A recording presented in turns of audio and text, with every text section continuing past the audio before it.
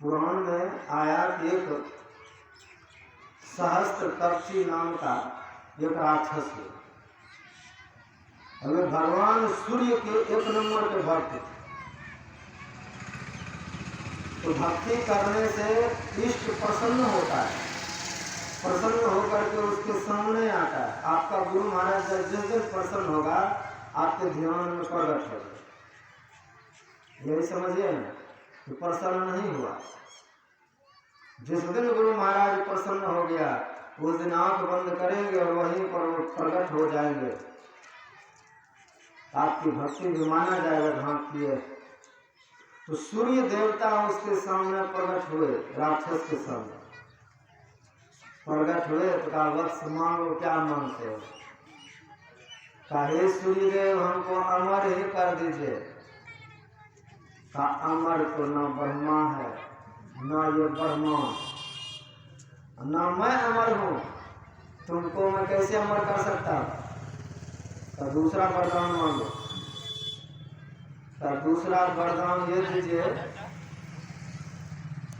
कि मेरे शरीर पर 1000 कवच हो। 1000 कवच हो, अगर उसे कोई तोड़ना चाहे तो 1000 वर्ष लगे तोड़ने में, और जो तोड़े वो तुरंत मर जाए। कितना बड़ा वो अमरता का वरदान ले लिया। 1000 कवच होगा और कोई तोड़ना चाहेगा तो लड़ते लड़ते 1000 वर्ष लगेगा, जैसे तोड़ेगा वो मर जाए। मुश्किल से कोई तोड़ने वाला मिलेगा और एक तोड़ेगा मर जाएगा। तो हजारों उतना वीर कहां से आएगा उनके कवच को तोड़ सके? तो कहा तथास्तु। और जब किसी को पावर आ जाता है, अपना शैतानी दिखाने लगता है, तो जब उसको पावर आया, वरदान लिया, तो सोचा कि इधर उधर रहने से क्या अच्छे भवन में रहें, और अच्छा भवन है स्वर्ग। स्वर्ग पर चढ़ाई की, सब देवताओं को मार पीट करके भगा दिया। और वहां जाकर के गद्दी पर बैठ गए, साधु संत को परेशान करने लगे, निर्बल को सताने लग गए। उस समय इस धरती पर नर और नारायण दोनों बद्रिकाश्रम में जाकर के तपस्या कर रहे। नर नारायण भगवान का अवतार हो चुका। कल के दिन कच्छप का अवतार हुआ था। उसी तरह से समय समय पर अवतार लेते। तो नर नारायण भगवान अवतार लेकर के तपस्या कर रहे थे। देखिए भगवान जब जब धरती पर आए हैं तो तपस्या किए, शक्ति एकत्र करने के लिए।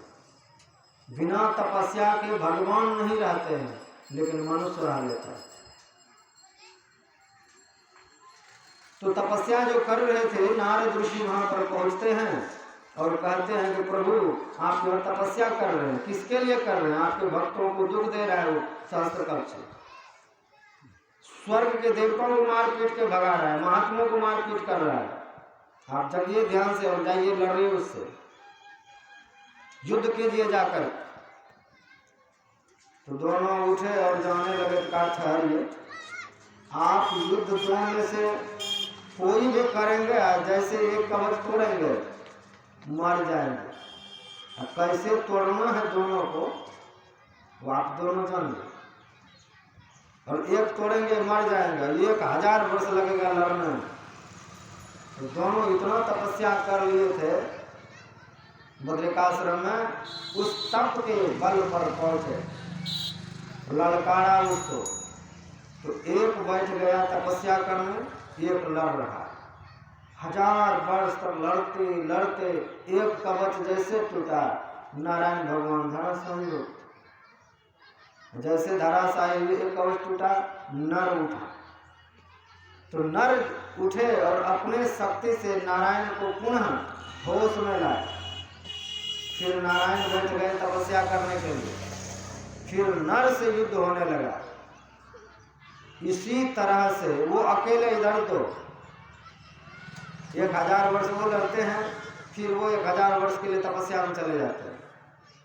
फिर नर लड़ रहे हैं, 1000 वर्ष लड़ेंगे तो एक कवच तोड़ेगा, फिर वो धराशायी हो जाते हैं, फिर नारायण भगवान अपनी शक्ति से उसको जीवित करते हैं। ऐसे क्रम क्रम से दोनों लड़ते रहे, उसका कवच तोड़ते रहे, और कवच तोड़ते तोड़ते अंत में एक कवच बच गया। एक कवच जब बच गया तो वह सहस्त्र कवची डरा। जब इतना तोड़ दिया 999 तो एक भी तोड़ देगा, भागने में फायदा। तो भागा। अब भागा तो कहाँ गए? अपने इष्ट के पास, सूर्यदेव के पास गए, और सूर्यदेव के आभा में जाकर के छिप गए। छिप गए तो नर नारायण भगवान पुनः धरती पर लौट पड़े, भूल गए उन चीजों को। समय बदलते गया, बदलते बदलते प्रसंग आता है कि कुंती महारानी दुर्वासा ऋषि की बहुत सेवा की। उसी सेवा से प्रसन्न होकर के उसको मंत्र दिया था कि देवी तुम इस मंत्र का जब तुम सिद्ध करोगे, आह्वान करोगे किसी देवता को, तुम्हारे सामने प्रकट हो जाएगा। तो मंत्र को जाप करते करते उसने सिद्ध कर लिया। सिद्ध किया तो एक दिन देखा सूर्यदेव उदय ले रहे हैं, और वह मंत्र को आह्वान कर दिया, सूर्य देवता प्रकट हो गए। सूर्य देवता जब प्रकट हो गए तो देवता है अमोघ दर्शन होता है, और अमोघ दर्शन का अर्थ है कि बिना फल दिए वो सब लौटते हैं। अगर दर्शन दे दिया तो कुछ न कुछ दे करके ही जाए। तो सूर्यदेव आए तो देने के लिए क्या था? उनके आभा में जो राक्षस छुपे हुए थे उसी को बेटा के रूप में दे दिया कुंती महारानी। और उस वक्त उसकी विवाह भी नहीं हुई थी, उस बच्चे को नदी में बहा दिया।